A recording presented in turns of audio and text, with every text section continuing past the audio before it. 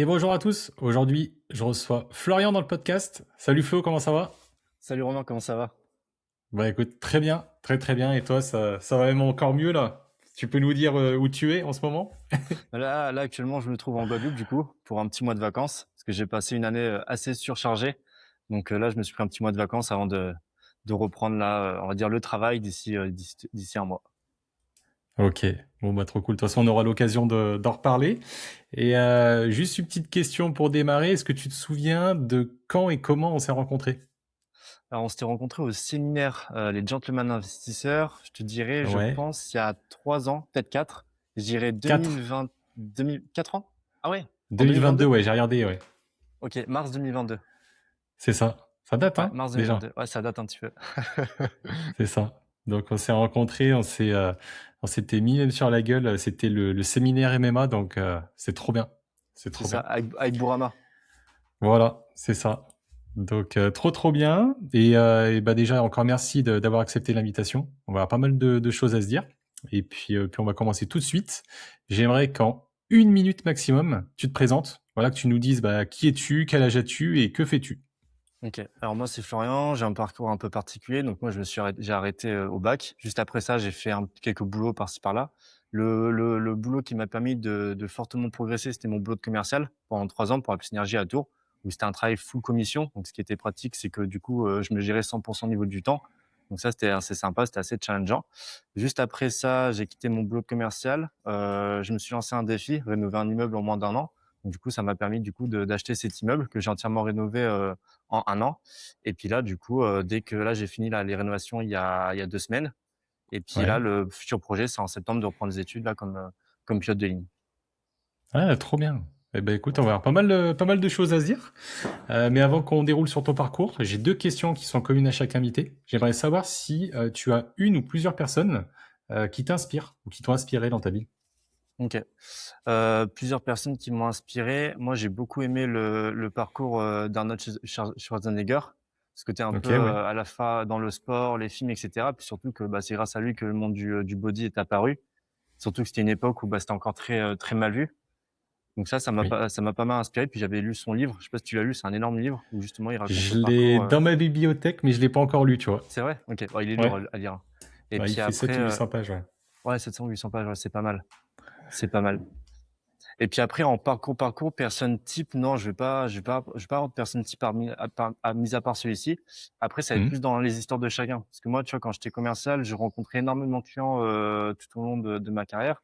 Et en fait, j'aimais énormément échanger avec ces différentes personnes, clients, etc. Et je trouve que chacun un petit peu a, tu sais, son histoire à raconter, etc. Et tu sais, tu prends un petit peu de tout le monde et tu prends ce Mhm. qui, toi, peut t'apporter, en fait, pour te pousser vers le haut. Exactement. Ok. Bah écoute, trop bien. Et deuxième question, est-ce que tu as des valeurs auxquelles tu tiens? Des valeurs qu'on t'a transmises ou des valeurs que tu as appris tout au long de ton parcours? Bah, franchement, le travail, hein. Ouais, Le la plus travail, grosse ouais. valeur, c'est le travail, ouais. Tu sais, ceux qui te promettent mondes et merveilles en faisant pas grand-chose, moi, pour ma part, j'y crois pas. Moi, j'ai plus ce sentiment où bah, plus tu fais quelque chose, plus tu travailles et entre guillemets, tu sais, tu perds pas ton temps à rien faire. Je pense que plus tu travailles et plus à un moment donné, tu sais, les opportunités, elles se croisent et peut-être à un moment donné, tu sais, ça va bump d'un coup. Ok. Donc le travail, alors je retiendrai, pas de souci. Et sinon, donc derrière, pour dérouler donc un petit peu sur ton parcours, donc tu disais que tu as arrêté les études, c'est ça? C'est ça, oui. Dès Donc que j'ai eu le t'as... bac à 18 ans, Ouais, en ok. 2018. Et donc tu as enchaîné des petits boulots jusqu'à choper ton métier de commercial, c'est ça? T'as fait quoi comme petit boulot? Dans les Comme petits petit boulots, job? bah, quand j'ai eu mon bac, c'était un peu compliqué, mais on va dire, je me suis retrouvé à la rue. Donc, il a Ok. fallu vite que je trouve un toit et que je me débrouille. Donc là, je me souviens, j'avais fait des petits boulots en restauration, etc. Je dormais chez mon ex à l'époque. Et puis, à un moment donné, Mhm. j'en ai eu marre de ce train de vie. Donc, je suis rentré au pompier de Paris. J'ai fait pompier de Ok. Paris pendant un an. Et puis, j'ai rejoint mon ex de l'époque, du coup, à Annecy. Là, j'ai bossé à Decathlon, à Epany, bah, que tu dois Ok. connaître, normalement, je pense. Là où de Savoie. Ouais, si, si, ouais, je connais, ouais. Ouais, tu parles, ouais. Ça, Ouais. j'ai fait Annecy, puis du coup, je travaillais en CDD à plein temps à Decathlon, puis le week-end, je bossais en restauration à Buffalo. Et avec cet argent-là, ça a commencé à me payer mon PPL, avec le pilote licence, c'est pour pouvoir voler sur les petits avions. Et puis après, je suis parti à Malte essayer de bosser l'anglais. Ça a été un gros échec. Et puis c'est là que j'ai chopé mon boulot de commercial, du coup, bah, la même année où on s'était rencontrés ou peut-être un an avant. Non, c'était en 2022, hein. Si, c'est ça. OK. Donc on s'est Donc rencontrés au mois de quand mars. ouais, tu Quand on tu s'est devais tout rencontrés au juste mois de savoir mars, alors? ouais, c'est ça, ouais. Quand on s'est rencontrés au mois de mars, j'avais commencé à Plus Synergie en janvier. OK. Et du coup, moi, je sais, mais tu peux dire, aux auditeurs ce que tu commercialisais? Ce que tu Alors vendais? nous, on commercialisait principalement tout ce qui était panneaux photovoltaïques, batteries de stockage et tout ce qui est pompe à Mmh. chaleur pour le particulier. Mais nous, le process de vente qu'on avait, tu sais, dans le monde de commercial, tu as 2 gros principes de vente. Tu as soit la vente où tu achètes des leads, c'est-à-dire que les gens, ils achètent, tu sais, sur un formulaire des leads, des contacts. Tu phones les contacts, tu prends rendez-vous, puis après tu vas en rendez-vous, puis tu fais, ce qu'on appelle ta débat commercial. Puis après ça match ou ça match pas. Et nous, le procédé de vente qu'on avait principalement et j'aimais beaucoup, c'était le porte-à-porte, ce qui se perd beaucoup maintenant. Mais c'est rigolo parce que moi, c'est ce que quand j'avais monté mon agence en Angers, c'est ce que j'enseignais beaucoup à mes commerciaux, c'est qu'en fait, le meilleur commercial, c'est pas celui qui sait vendre, c'est à la fois tout le meilleur prospecteur. Dans le sens où, en fait, plus tu prospectes, plus du coup, tu auras des opportunités de caler des rendez-vous et plus tu fais des rendez-vous et de la déballe commerciale, plus tu as de chances derrière que ton produit matche avec une famille. Et je me souviens du coup, quand je venais d'être commercial, bah, je tapais aux portes tous les jours, hein. J'étais comme un fou. Et je me souviens quand j'ai le petit truc qu'ils faisaient en plus quand j'avais commencé mon taf de commercial, c'est que tu sais, quand tu rappelles les gens, il faut que les gens ils se souviennent de toi. Et du coup, ce que je faisais au tout début, je prospectais en rouleur. Je faisais toutes C'est les vrai? maisons, je tapais, ouais, je te jure, je prospectais en rouleur, etc. Et c'est trop bien parce que du coup, quand je rappelais les prospects, je leur disais oui, bonjour, vous suivez le petit métis avec les cheveux bouclés en rouleur. Les gens, ils rigolaient au téléphone, ils se souvenaient tout de suite. Et après, bon, bah, je sympathisais, je m'intéressais à eux par téléphone, puis derrière, je calais mon rendez-vous. Puis après, derrière, je faisais mon rendez-vous et ça marchait. Non, ça marchait plutôt bien, hein. Ouais, et du coup, ouais, putain, c'est vraiment dans le dur. Tu vois, je me souvenais pas que tu faisais du porte-à-porte. Donc, pour ceux Si, si. qui ont jamais fait de commercial, on va dire le porte-à-porte, c'est le plus dur parce que, en fait, tu vas directement chez les gens, t'es dans leur intimité et c'est vrai que souvent, ils sont un peu pris de court, ils sont pas forcément, on va dire, dans leur zone de confiance. Donc c'est vraiment chaud, franchement, de caler des rendez-vous avec ça. Ouais, mais c'est une Franchement, très bonne école. C'est une très bonne ouais, école parce que tu apprends 2 choses. Tu apprends surtout, tu sais, la résilience, de dire: «Bon, bah, voilà, je me suis pris une porte, je passe à la suivante» et tu sais, cette combativité de te dire: «Bon, bah, voilà, je frappais une porte, une» et tu vas peut-être frapper à 100 portes et sur les 100 portes, tu en auras peut-être 10 qui vont t'ouvrir et le lendemain, tu recommences. C'est une très, très bonne école. ouais, carrément. Et du coup, est-ce que tu as, tu vois, quelqu'un qui voudrait se lancer dans le commercial, hein, enfin le commercial après, ça veut tout dire et ça veut rien dire parce que si par exemple je sais pas, hein, typiquement tu commercialises un produit que toi tu as créé, je pense notamment, tu sais, à des formations ou autres, ou même n'importe quoi, hein, un commercial qui pareil comme toi vend des panneaux photovoltaïques ou n'importe quoi. Est-ce que tu as des petits tips, des petites choses qui marchent bien, voilà, tu disais déjà, marquer un petit peu les esprits en venant au roller. Est-ce que tu as d'autres tips ou pas pour, Bah, franchement, les 2 choses qui marchaient plutôt bien, c'était, la prospection en multicanaux. C'est-à-dire que même si tu prospectais à côté en porte-à-porte, à côté, bon, bah, tu allais sur les réseaux sociaux et cetera. Mais ce qui marchait aussi bien, c'est quand tu rencontrais quelqu'un, bah, c'est pas genre juste rencontrer la personne, dans le sens où tu vas vraiment t'intéresser à elle, parler et cetera et peut-être que cette personne a un ami qui pourrait t'intéresser. Moi, ce que je faisais, c'est que toutes les personnes que je rencontrais en rendez-vous, même si derrière je concrétisais pas forcément avec eux, je les ajoutais toujours sur Facebook. Ça, c'était sur un automatisme. Ce qui fait que OK, derrière, quand tu mets des petites annonces de ce que tu peux proposer, bah, peut-être que l'ami de cette personne, elle pourrait être intéressée, même si c'est pas la personne concrète, ça peut être son ami. Et ce qui fait que du coup, en fait, tu sèmes un peu des pierres un peu partout, et à un moment donné, forcément, ça va matcher. Mais je pense OK. qu'aujourd'hui, dans quel que soit le produit que tu commercialises, tu sais, il y a beaucoup de personnes que je rencontre qui essayent de faire un produit parfait. Et le produit parfait, je pense pas qu'il existe dans le sens où tu peux toujours l'améliorer. Mais ce qui est le plus important, c'est passer du temps sur le terrain. Et moi, ce que je voyais dans ma boîte, il y avait 5, 6 commerciaux qui tournaient bien sur une cinquantaine. Mais les meilleurs, c'était les mecs qui passaient le plus de temps sur le terrain. Ils étaient toujours dehors, ils avaient faim. Et je pense dans ce Mmh. monde-là, si t'as pas faim, tu marcheras, tu seras moyen. Tu seras moyen ou tu seras pas bon, mais tu seras pas excellent. Je pense que pour être excellent, faut avoir faim et être toujours sur le terrain. Toujours, toujours, toujours. OK Tu vois, on tapait aux et portes, on se mettait dans les galeries marchandes, on était partout. Tu vois, faut être un peu partout. trop bien ça. Franchement, Ouais. incroyable Dans le et sens où, par exemple, tu vois, quand on se mettait sur une commune et que tu allais taper aux portes, peut-être tu vas rencontrer Michel. Michel, il te dira, ah non, ça m'intéresse pas. Le samedi qui suit, tu vas te mettre dans la galerie marchande d'Intermarché. Et puis peut-être que tu vas croiser Michel en train de faire ses courses. Et puis là, Michel, il va te regarder, il me dit, bah, je vous ai déjà croisé. Ah bah oui, vous m'avez mis à la porte. Et puis, ah, excusez-moi, nanana, tu parles un peu avec lui, tu sympathises, tu t'intéresses à lui, qu'est-ce qu'il a fait de sa journée, qu'est-ce qu'il fait dans la vie et tout. Il va te trouver sympa. Et puis peut-être que Michel, il te laissera son numéro de téléphone. Puis une semaine après, tu seras rendez-vous chez lui. Et puis un mois après, il sera équipé. Mais le fait d'être un peu partout, à un moment donné, même les personnes les plus robustes, moi, je me souviens d'une dame, au bout de la 7e fois, on a réussi à aller chez elle en rendez-vous. On a tapé 3 fois à ses portes, 2-3 fois on l'a croisée à Intermarché, jusqu'à un moment donné, elle nous dit: «En fait, j'ai l'impression de vous voir partout, allez, venez, quoi». Et puis on est venu chez elle et puis aujourd'hui, elle a été signée, installée et puis elle est super contente. Bah, écoute, et tu vois, j'avais une question, c'était qu'est-ce que ce métier t'a appris? Tu l'as déjà dit juste avant, la résilience, tu vois? La résilience et Le puis fait la combativité, hein. ouais. Combativité et puis, alors je sais pas si on peut mettre un mot là-dessus, mais tu sais, c'est ce côté de se dire: «Bon, bah, j'ai un problème, c'est comme ça» et tu sais, je passe outre. Dans le sens où moi, tu vois, avant, j'avais plus un comportement où dès que j'avais un souci, bah, j'avais plus tendance à fuir. Dès que j'avais une problématique et cetera, bah, je cherchais pas forcément à la résoudre et je fuis le problème. Quand tu es dans ce milieu et que tu es payé full commission, bon, bah, si tu as un prospect où ça marche pas, ou si tu as des contrats qui s'annulent et cetera, bon, bah, tu sais, tu vite un comportement où, bon, bah, c'est comme ça et j'avance, tu vois? Je pense qu'on peut appeler ça la Mmh. résilience. C'est ça, exactement. Bah, écoute, trop bien, et du coup, à cette époque-là, tu investi ou pas encore dans l'immobilier? J'avais investi, ouais, j'avais acheté 2 T'avais petits déjà apparts investi? à Tours, ouais. OK, OK.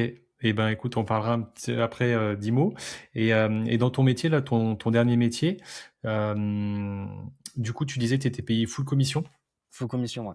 c'est ça? Donc, est-ce que, les banques ont, on va dire, ont pas eu trop peur derrière pour, financer tes projets qu'on suivi, ou ça a déroulé, Bah, le seul projet qui a suivi après le boulot de commercial, c'était l'immeuble Ouais, au début, moi, je vais pas te mentir, je suis allé voir 10 banques. Ça a OK, jamais matché, pourtant j'avais essayé de bien monter le dossier et tout.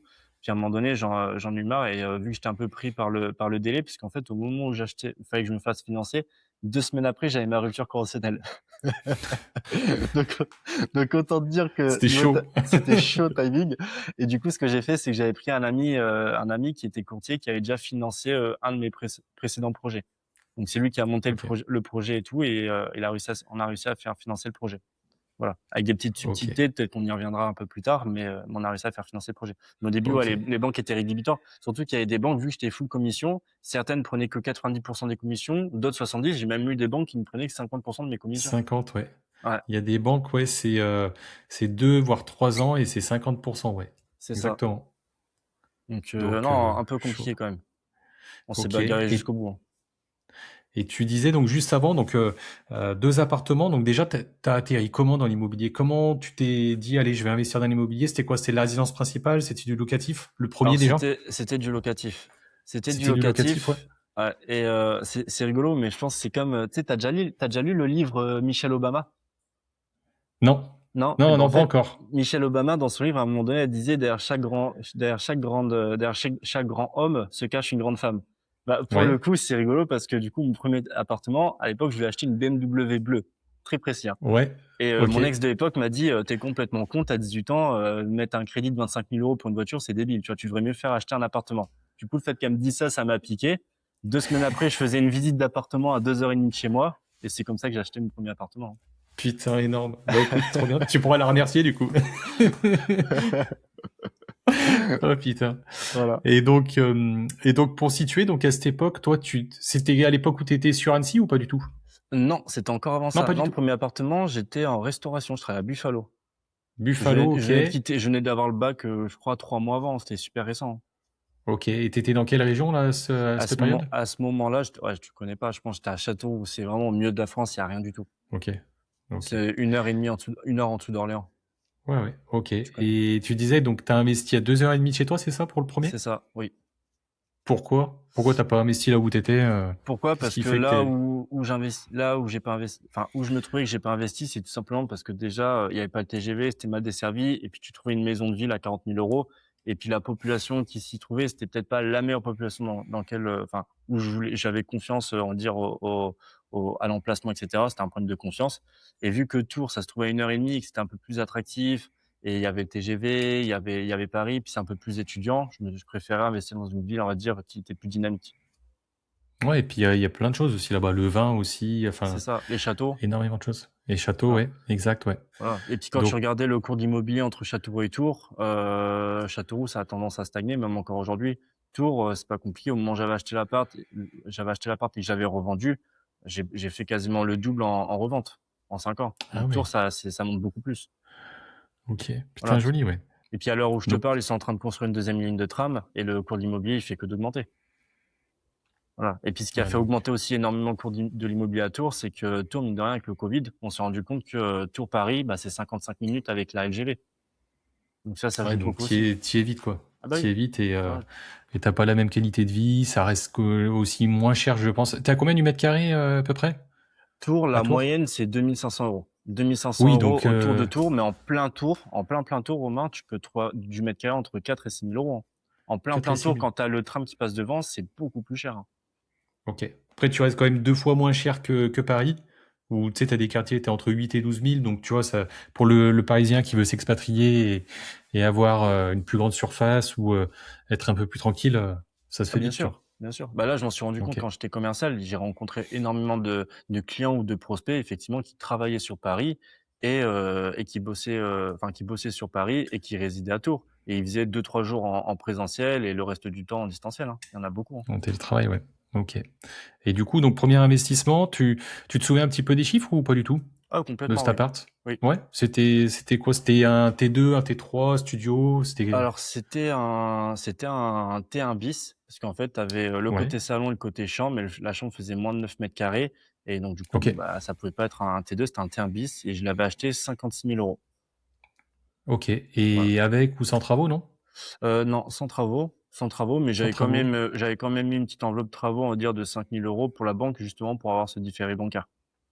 Ok. Donc, grosso modo, premier projet, 55 plus 5 de travaux autour de 60 000, c'est ça? C'est ça. Et ça, donc, t'as galère, non, à le faire financer ou pas? Parce que tu bossais Non, à Buffalo, tu non, disais, celui-là, non? je l'ai fait, Ça a été? ça a été, ouais, c'était mon premier projet, je l'avais fait passer en résidence principale et tu vois, à l'époque, quand j'avais financé, je me souviens, ça faisait que 3 mois à peine, justement, que je travaillais à Buffalo Grill en tant que serveur parce que, justement, j'étais allé voir Ouais. les banques et cetera pour acheter un appartement et mon directeur de banque m'a dit: «Oui, monsieur Vaiti, il faut au moins avoir 3 mois de recul». Donc en fait, j'ai attendu les 3 mois pile et je me souviens, 3 mois et 2 semaines, je lui ai apporté un projet sur la table et on l'a fait financer. Mais tu vois, c'est là que je me dis, on a encore un gros manque d'informations autour de ça, parce qu'à l'époque, moi, j'y connaissais rien et je l'avais fait financer sur 13 ans. Parce que tu sais, tu as toujours eu papa, maman qui disent, finance-le sur le temps le plus court, mets un maximum d'apport et ça ira très bien comme ça. Et puis moi, j'ai fait comme ça, donc j'avais financé sur 11 ou 13 ans. Je me souviens, j'avais 550 € de mensualité alors que j'avais un taux à 1 pour 56 000 euros. C'était énorme. C'était Putain, énorme. énorme. Donc, premier projet que t'as loué, quoi? C'était derrière en meublé, en nu? T'as fait quoi, de la courte durée? Alors, c'était en meublé. C'était En meublé, ouais. en Ok. meublé parce que déjà, je pouvais le louer un peu plus cher et puis parce que le meublé, pour moi, c'est plus intéressant en termes d'assurance derrière que du nu. Parce que si Ok. demain, tu une dégradation avec tes locataires, faut savoir qu'en nu, si tu loues en nu, bah, c'est l'assurance du locataire qui va matcher avec toi pour pouvoir faire les pour prendre en compte tout ce qui est réparation et cetera. Alors qu'à contrario, si tu es en meublé, c'est ton assurance qui te rembourse et c'est ton assurance qui va se mettre en communication avec l'assurance du locataire Avec la sienne, ouais. voilà, pour l'argent. Donc c'est beaucoup plus simple.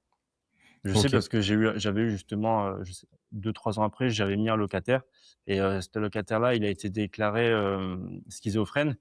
Donc Ok. pendant 6 mois de galère où j'avais le gardien au téléphone toutes les semaines quasiment et justement les dégradations, j'avais réussi à me faire tout rembourser, via mon assurance et c'est mon assurance qui s'était mis en relation avec la sienne. Ok. Putain, Voilà. énorme. Et du coup, donc ouais, personne un peu compliquée. Ça s'est passé comment? C'est lui qui est parti? C'est toi qui l'a sorti? Enfin, Il comment? a été interné. Ah, Il ok. a été interné, Ah ouais. ouais, mais putain. Et ouais, mais interné, du coup, y a une résiliation de bail ou ça se passe comment? Et ben, en fait, ce qui s'est passé, c'est que en fait, la première fois que je le rencontre, déjà, il était venu avec sa grand-mère. Personne très Ok. charmante, grande, un petit peu costaud, puis tu sais, ce côté un peu introverti, un peu geek. Je me suis dit: «Parfait» et donc du coup, je le mets, il emménage et cetera et puis, 2, 3, 4 mois après, plus de nouvelles et puis le gardien qui m'appelle, qui me dit: «Oui, monsieur Vaiti, c'est» il fait: «Tout est fermé, nanana, il vit pas dedans» et c'était sa grand-mère qui versait le loyer et en fait, j'ai appris par la suite qu'il a commencé à être déclaré schizophrène. Donc, ce qui fait que du Ok. coup, bah, des fois, le gardien, il m'appelait, il me disait, bon, bah, vous avez de la fumée noire qui sort sous la porte. Donc, en fait, il prenait sa douche, il oubliait de fermer le gaz. Ou une autre fois, il a fait une crise de démence, il a forcé la machine à laver alors qu'elle fonctionnait. Donc, dégâts des eaux, ça avait coulé dans les communs. Donc, j'ai dû me mettre en relation avec le syndic, Waouh. etc. pour faire, pour prendre en charge tout ce qui est réparation et tout avec les assurances. Et puis, jusqu'au jour où, en fait, il a fait une crise de démence parce que la veille, il s'était fait embêter dans la rue et ça l'a trop bousculé. Puis il a été enfermé là en maison de psychiatrie. Et à l'heure où je te parle, je sais qu'il est toujours en psychiatrie. Putain. Ah ouais, Voilà. donc Et donc ouais, du coup, pas facile à... c'est ça. Mais ce qui m'a sauvé, c'est qu'en fait, avant qu'il soit incarné, j'avais fait une lettre en recommandé comme quoi je m'étais fin au bail. Parce qu'il avait dépassé ces 9 mois là de contrat, vu que c'est du meublé, et j'avais dit que je m'étais fait en bail, etc., parce qu'il y avait des retards de paiement, etc., par sa grand-mère. Parce que vu que du coup, il avait toujours pas trouvé de travail et que les conditions qu'il avait avec sa grand-mère, c'était qu'il fallait qu'il trouve du travail et en contrepartie, sa grand-mère payait le loyer. Vu qu'à la fin, il se bougeait pas, enfin, il faisait pas ce qu'il fallait pour pouvoir payer le loyer, sa grand-mère, elle a arrêté de payer. Donc moi, j'ai pu avoir du coup des éléments pour pouvoir mettre fin au bail. Et puis du coup, bah, dès qu'il a été incarné, son frère il est venu faire le ménage, etc. Et puis il m'a redonné les clés, quoi. Alors je sais Ok. pas si légalement Putain. c'était dans les bonnes conditions, mais en tout cas j'ai récupéré les clés. J'ai fait un gros coup de ménage parce que l'appartement il était bien abîmé. Mais et puis j'ai récupéré 4 000 € de son assurance. 4 000 € de son assurance et moi ça m'a coûté 400 € de faire moi-même. Bah, écoute, Voilà. au top, au Parce que top. faut savoir un truc, c'est que quand tu es chez la GMF et que tu as une dégradation, la GMF, ils prennent si demain tu leur fournis des devis, etc., et qu'ils valident le montant des devis, ils te remboursent jusqu'à 70% du montant des dégâts sans justificatif et 30% avec justificatif. Donc si tu es un Ok. peu malin, tu peux récupérer ces Bon. 70% et voilà. Je vois, ouais. Et faire tes travaux. Et après, donc, pour la dénonciation du bail, je voudrais pas dire de bêtises, mais bail meublé, donc c'est 1 an, enfin c'est 9 mois pour les étudiants ou 1 an sinon pour les actifs. Et en gros, je crois que c'est 6 mois avant la dénonciation. Donc C'est tu dénonces exactement ça. 6 mois et il faut que tu récupères, faut que tu mets que tu récupères ça soit pour je crois pour le vendre ou pour le récupérer en tant que résidence principale. Je sais plus, il y a un Exact. motif. Allez vous renseigner, les auditeurs. Je regarderai. Voilà, on va En pas tout dire cas, de bêtises. pour les 9 mois en étudiant, c'est ça. Et donc, du coup, vu que ça faisait 9 mois, j'avais demandé d'arrêter le bail. Après, effectivement, par rapport aux 6 mois, je pense pas que j'y étais. Mais écoute, j'avais fait Hmm. un courrier Oui, prof, après, etc. il a pas posé de questions. Enfin, voilà, ça s'est fait et puis basta, quoi. Après, C'est ça. on va dire, vu ce qui se passait dans le logement, c'était peut-être pas plus mal que tu le récupères assez rapidement, quoi. Ok. Et du coup, donc ça, premier investissement. Du coup, tu as fait ça sur une durée courte.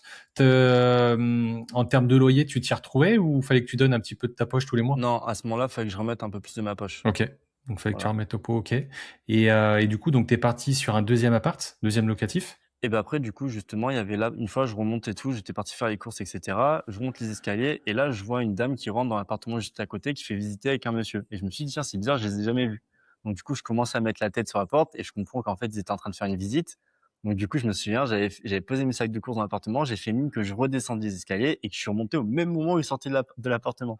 Et là, je les ai regardés, je leur dis, ah, vous êtes mes nouveaux voisins pour prêcher le faux. Ils m'ont dit, non, non, on est en train de faire une visite, etc.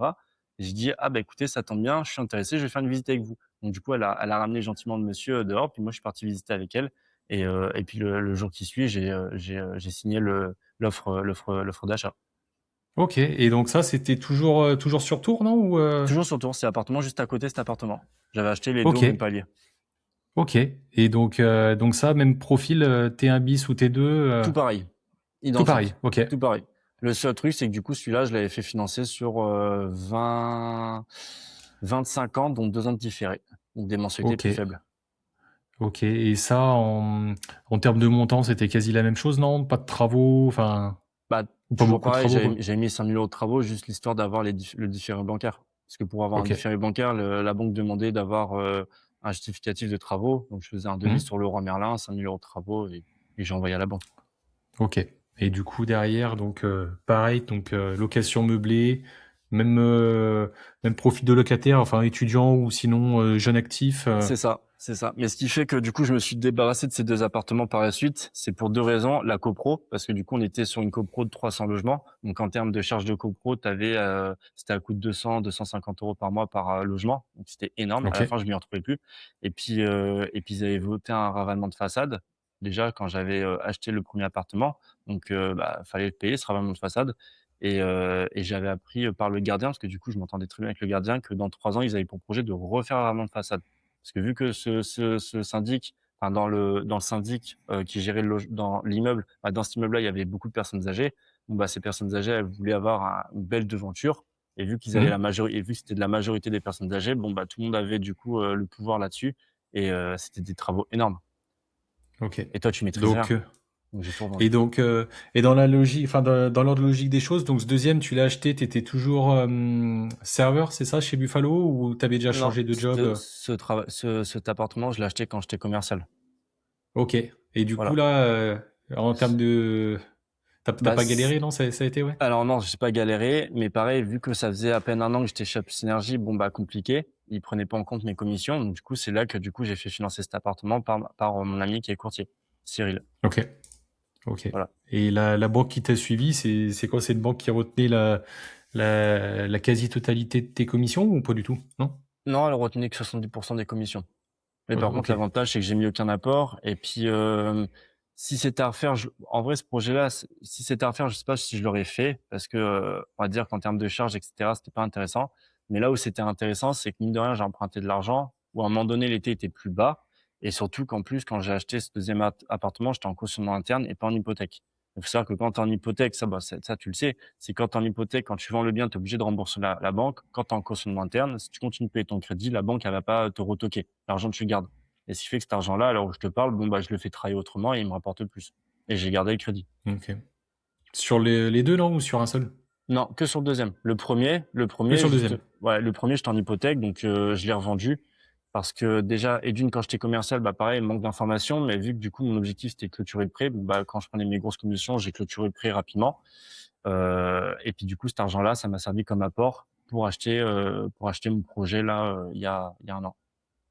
Ok, d'accord. Donc, déjà deux premiers projets locatifs. Et derrière, donc, tu avais trouvé donc, cet immeuble, c'est ça, qui est toujours un peu Cet dans le immeuble. coin ou pas du tout Il est à Tours, toujours pareil. Il est à Ok, Tours, mais il est toujours à. beaucoup mieux situé. Parce que là, les deux premiers logements étaient dans un quartier un peu plus populaire et tu avais une mosquée par loin. Donc, mine de rien, bon, bah, tous les vendredis, c'était très compliqué pour circuler en voiture, etc. Bah, parce que tout le monde venait se réunir. C'était vraiment pas le meilleur quartier de Tours. Après, c'était en termes de sécurité et tout, ça allait super bien. Mais du coup, c'est vrai qu'il y avait beaucoup de regroupements de personnes d'un coup. Et ce qui fait que du coup, bon, bah, forcément, c'était un peu plus compliqué le vendredi quand tu rentrais pour faire tes courses, etc. Donc, ça plaisait pas forcément. Ok, Voilà. ouais, Mais je vois ça tout à restait fait. Ouais. ça restait un bon quartier quand même. Mais là, l'immeuble, je l'ai acheté en plein Tours face à l'arrêt tram. Et à Tours, pour l'instant, t'as qu'une ligne de tram. Bientôt, il va y en avoir deux, comme je te disais. Mais l'endroit où je l'ai acheté, les deux lignes de tram passent devant. Donc, c'est super bien situé. J'ai la gare à 6 minutes en tram. Ouais, donc Voilà. super bien placé. Et je suis à 15 minutes à pied en ville. Ouais, donc rien à dire, Voilà. quoi. Rien à dire. D'accord. Et du coup, pour parler un petit peu, de toute façon, on va s'étaler un petit peu sur ce projet-là, parce qu'il y a pas mal de choses à dire. Mais déjà, donc en termes de chiffres, qu'est-ce que ça représentait? Donc il y a combien de logements? Quelle Alors, surface à peu près totale? qu'est-ce que ça représentait? Déjà, pour commencer, ce bien-là, il était affiché 390 000 euros. 398, ok. Voilà. Il était affiché à 390 000 euros. Comment je l'ai trouvé? Tout simplement, pareil, en revenant de faire les courses, etc., j'avais le nez en l'air et en fait, tu avais vraiment la pancarte de papy mamie avec le numéro de téléphone écrit à la main. Tu as vraiment la pancarte 100% authentique. Du coup, j'ai appelé jusqu'à réussir à avoir une visite. Et en fait, il faut savoir que ce logement-là, sur les 4 logements, il y en avait 2 qui étaient vides, un qui allait se vider dans 2 mois et le rez-de-chaussée qui était loué par une association qui mettait en place un jeune en réinsertion dans le milieu social. Ce Ok. qui fait qu'en fait, personne ne voulait de l'immeuble parce qu'en fait, ce jeune-là, bah, et c'est un jeune qui était drogué, je sais, parce que quand j'avais visité l'appartement, tu avais des aiguilles qui traînaient et tout ce qui va Ok. avec. Tu vois ce que je veux dire, sans faire d'image. Donc, personne ne voulait de cet immeuble-là. Et parce que tout le monde voulait acheter l'immeuble vide, tout simplement. Et donc, du coup, j'ai fait de la négociation. Pendant 10 mois, j'ai négocié avec eux. Je leur ai fait faire des devis aussi pour dire qu'en quoi l'immeuble, il est vieux, il n'est pas isolé, etc. Et qu'en montant de travaux, j'allais avoir au moins 100 000 euros. Pour résumer tout ça, l'immeuble, j'ai acheté 390 000, il était en vente à 390 000 euros. Je l'ai signé chez le notaire à 296. J'ai fait 102 000 euros déjà de Donc négociation. 102 000. Ok, Ouais. trop bien. Et Bah, en surface, ça faisait quoi à peu près? 110 mètres La carrés. surface haute? 110 mètres carrés. Alors, Ok. surface sol, dans le PLU, dans le plan local d'urbanisme, tu as 39 mètres carrés au sol. Mais du coup, sur 4 étages, Ouais, donc tu as sur 4 110 mètres, niveaux, ouais. voilà, tu as 110 mètres carrés habitables. Ok, trop bien. Et donc du coup, 296 000 euros. Et petite particularité, donc tu disais, donc déjà pour te faire financer, tu as revendu tes logements précédents, c'est C'est ça? ça. Pour Alors, avoir un pour me faire apport? financer, à ce moment-là, j'ai revendu qu'un logement. Le deuxième, je l'avais encore. Donc, j'avais vendu le Ok, premier logement que j'avais acheté là quand j'étais à Buffalo.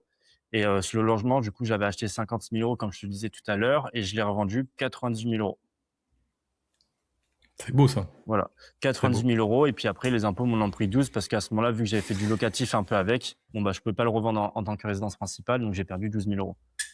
Voilà. Et du C'est coup, ça ça. m'a permis d'avoir 70 000 euros à mettre sur la table comme apport pour acheter l'immeuble. Ce qui fait que du coup, l'immeuble, bon, je l'ai négocié en 3 temps. Et ça, c'était une chose que je ne savais pas. C'est que je me souviens, j'avais proposé 320 000 euros. Donc, ils avaient accepté l'offre à 320. Entre-temps, on a fait le compromis. J'avais renégocié à 300 000 euros.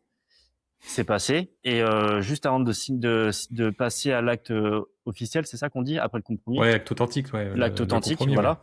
Je me suis dit, en vrai, ça serait juste pour le côté un peu, on va dire, symbolique, signé à moins de 300 000.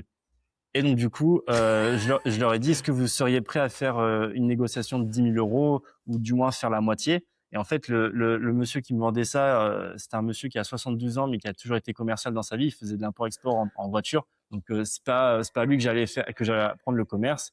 Et en fait, dans ma phrase, j'ai dit juste le mot la moitié. Il m'a regardé, il m'a dit, bon, bah, vous proposez la moitié de 8-10 000 euros, c'est 4 000 euros. Donc, il a dit OK pour 296. Voilà. Mais du coup, j'ai pu Putain, renégocier après le compromis. Ça, c'est une chose que je ne savais pas. Voilà. trop bien. Donc Mais du du coup, coup, pour les 280, chiffres, du coup, ouais, effectivement, on est sur 296.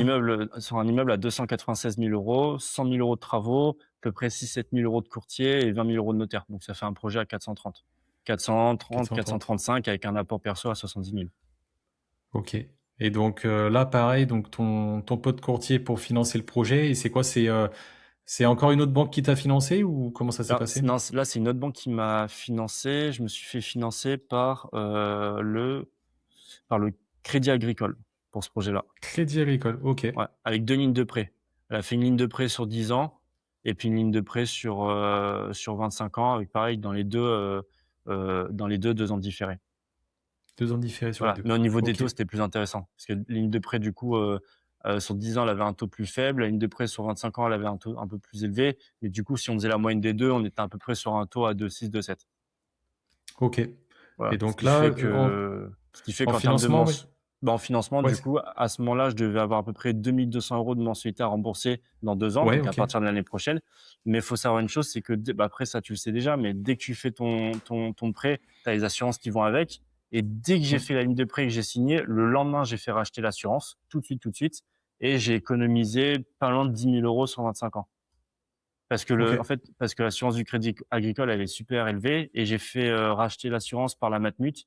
Et pour te donner une ordre d'idée, Crédit Agricole sur les 25 ans, on était à peu près à 10 500, entre 10 500 et 11 000 euros d'assurance. Et avec la Matmut, on est à 3 500 euros. En sachant que quand tu fais racheter ton assurance, l'assurance, elle est obligatoire de réassurer avec les mêmes conditions. Donc moi, je paie rien.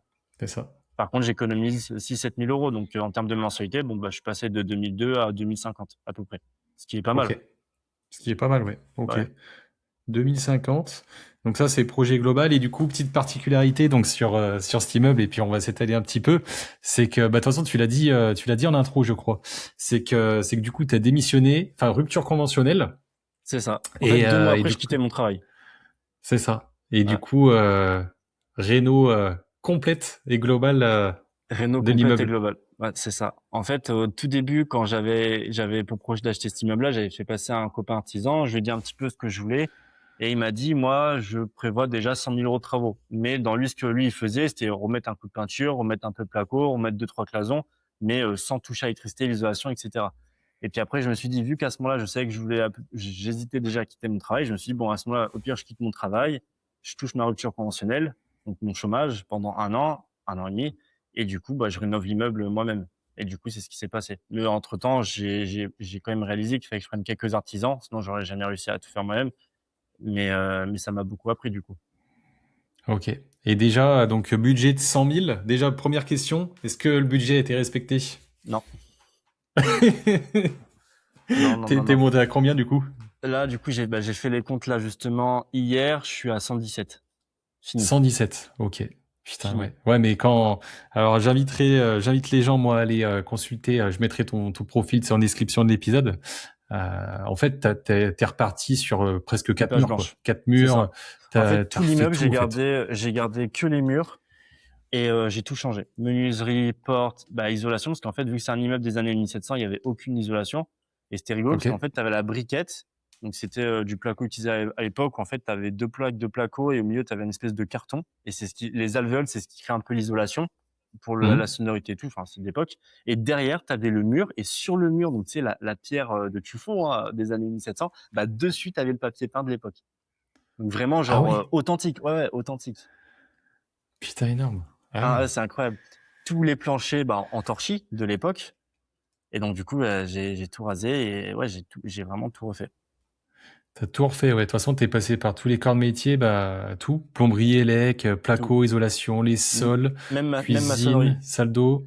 Même maçonnerie parce qu'au final, le rez-de-chaussée, c'était un ancien local commercial, mais heureusement, Ouais. entre-temps, il l'avait fait passer en local d'habitation. C'est comme ça qu'ils ont pu OK. mettre en place l'association. Mais du coup, ils ont pas fait les travaux parce que l'ancien propriétaire, je lui jette pas la pierre, mais c'était vraiment la vieille école, faire beaucoup avec peu. Donc en fait, dans cet immeuble-là, il avait fait minimum de travaux.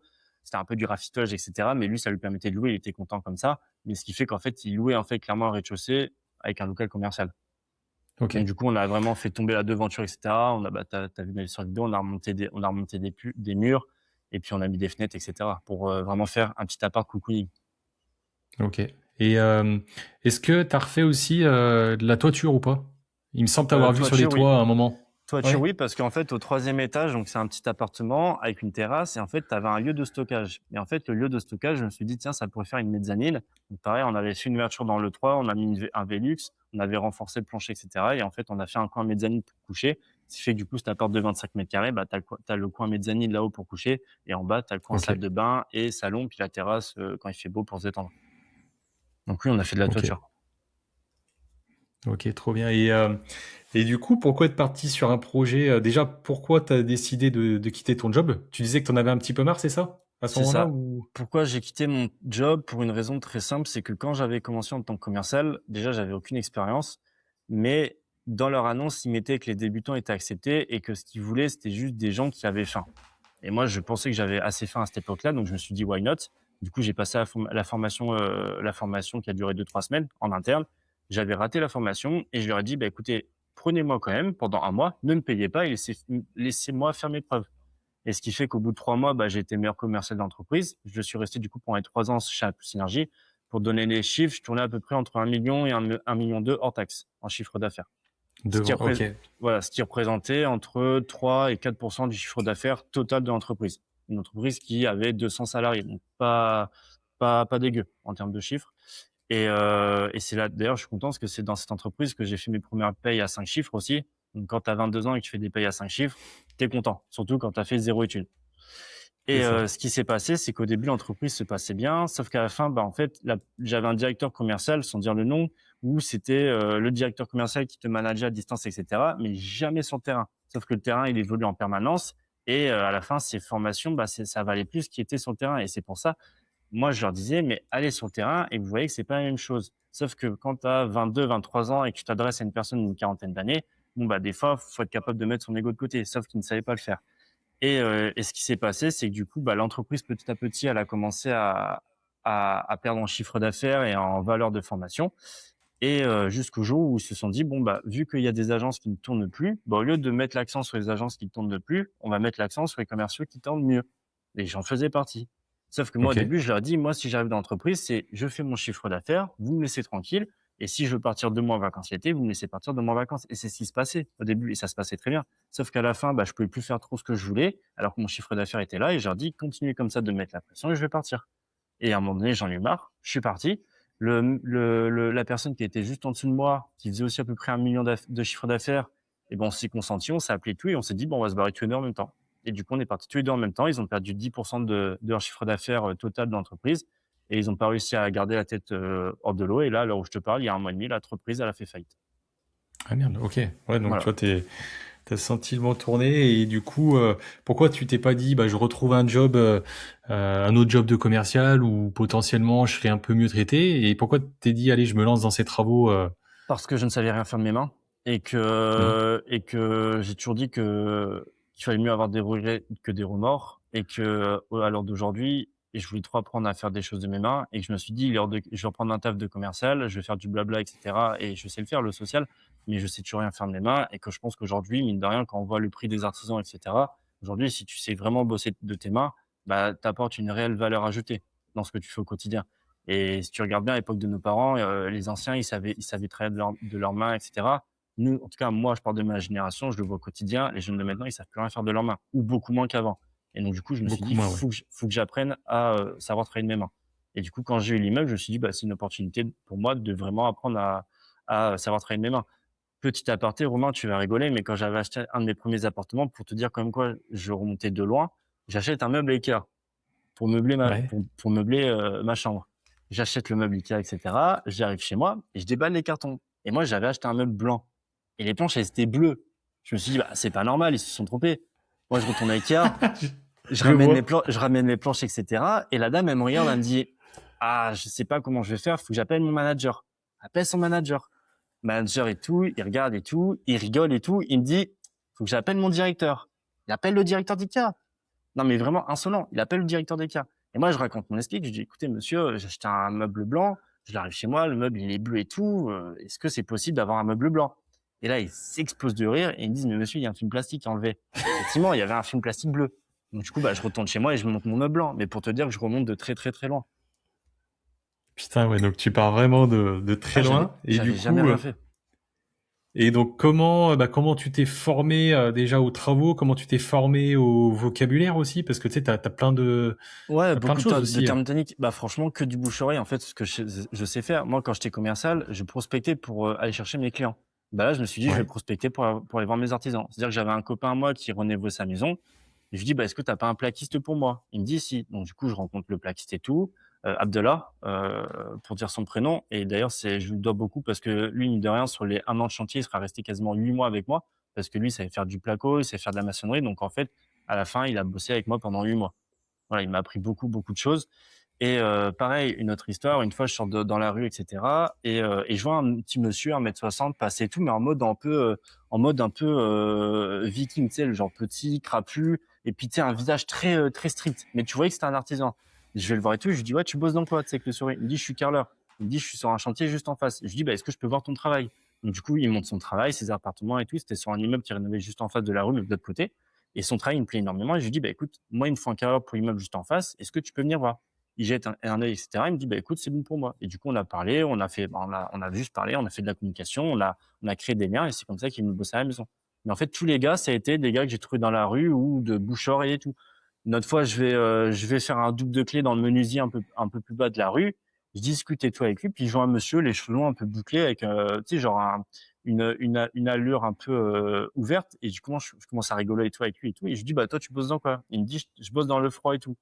Et en discutant avec lui, etc., je lui dis, bah, écoute, si tu veux, moi, j'ai une pompe à chaleur à déplacer et à remettre, tu sais, les niveaux de liquide à niveau. Est-ce que tu peux me le faire? Il me dit, bah, si tu veux. Pareil, il vient à la maison, il regarde et en fait, tous mes artisans, c'est des mecs comme ça que j'ai chopés dans la rue ou de bouche-oreille. Et dans l'ensemble, ça s'est super bien passé. Et en fait, toi, du coup, donc t'avais des artisans, donc en fait, tu faisais quoi? Toi, tu les aidais, c'est ça? Et t'as appris à leur côté, ouais? C'est ça. Bah, tous les artisans que j'ai eu à la maison, je leur ai tous dit la même chose. Je leur ai dit, écoutez, les gars, moi, je veux juste rénover un immeuble. Je ne sais rien faire de mes mains. Moi, je serai avec vous toujours sur le terrain.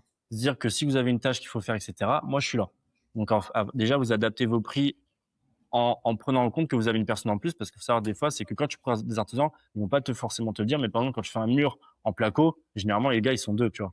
Et ça, il va pas te le dire, Mm. mais derrière, il sait qu'il va lâcher un billet pour un autre gars qui va prendre en déclaré ou pas, mais pour lui filer un coup de main. Moi, dès le début, je leur dis, les gars, moi, je serai avec vous tout le temps. Donc, déjà, ils ont adapté leur prix dans ce sens-là. Et au final, après, bah, c'est con, mais manager, faire le chef d'orchestre.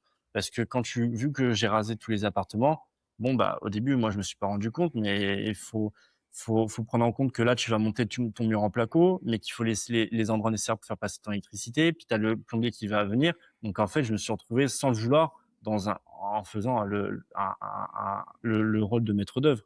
Parce qu'un Mm. appartement, ça Exact, ouais. va. Mais là, c'était 4 appartements, plus des communs, plus des caves.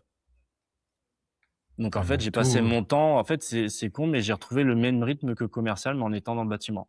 C'est-à-dire être là pour aider les gars et puis passer ma vie au téléphone pour essayer de trouver des accords pour que tout le monde arrive à peu près au bon moment.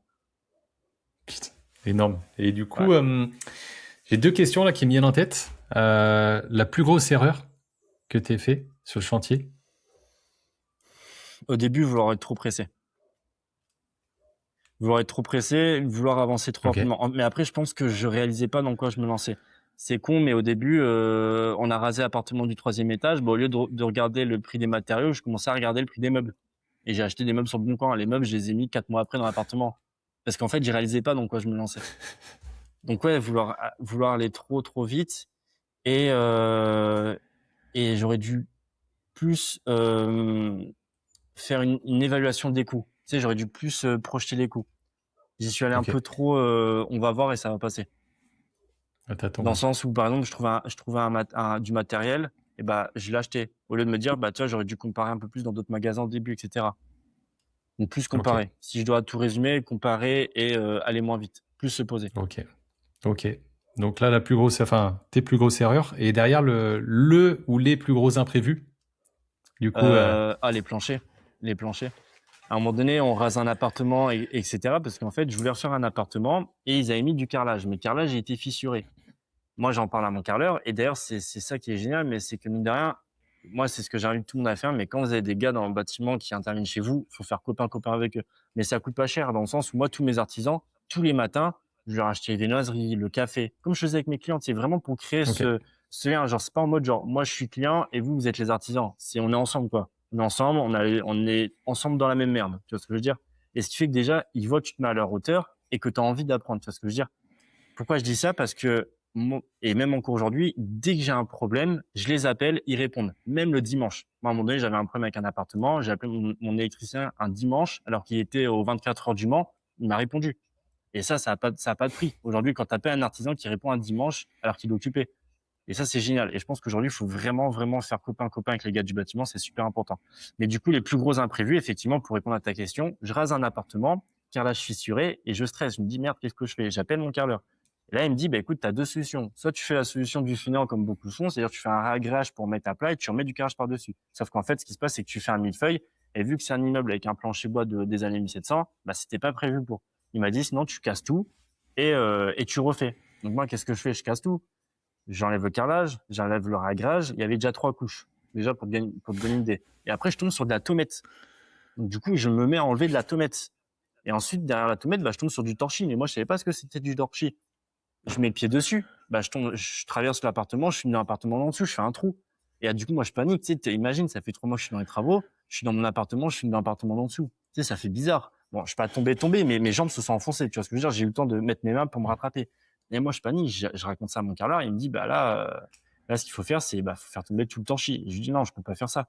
Il me dit, sinon, ce que tu fais, c'est qu'il existe une solution, la solution de nos formes. En fait, c'est tu rebouches ton trou, tu mets plein de perles partout pour égaliser parce que en fait, faut savoir qu'entre le milieu de l'appartement et le côté mur, tu avais 8 cm de dénivelé à rattraper. Donc, c'est-à-dire que moi, quand je suis dans l'appartement, j'étais vraiment comme ça. J'avais 8 cm de dénivelé. Et donc, du coup, bah, Énorme. je me suis retrouvé en fait à mettre des perles latéralites dans mon appartement pour tout remettre à plat et après mettre en fait ce qu'on appelle des plaques de ciment léger. Sauf qu'en fait, les plaques de ciment léger, quand tu les colles entre elles et que tu les visses entre elles, si tu as un caillou qui se met dans les rainures, ton truc, il prend pas. Donc, je me suis retrouvé du coup avec des rails en train de remettre tout à plat, coller mes plaques de ciment léger, etc. Puis avec une petite brosse à côté, etc. pour enlever les cailloux, pour après faire un réglage. Mais j'avais jamais fait ça. Donc, je me souviens, le premier jour, je mets 3 plaques, j'arrive pas. Je reviens le lendemain l'après-midi, j'y arrive pas. Dans ma tête, je commence à être pas bien parce que faut savoir qu'une semaine après, j'avais mon plaquiste qui arrivait. Donc, je pouvais pas me permettre de perdre plus de temps.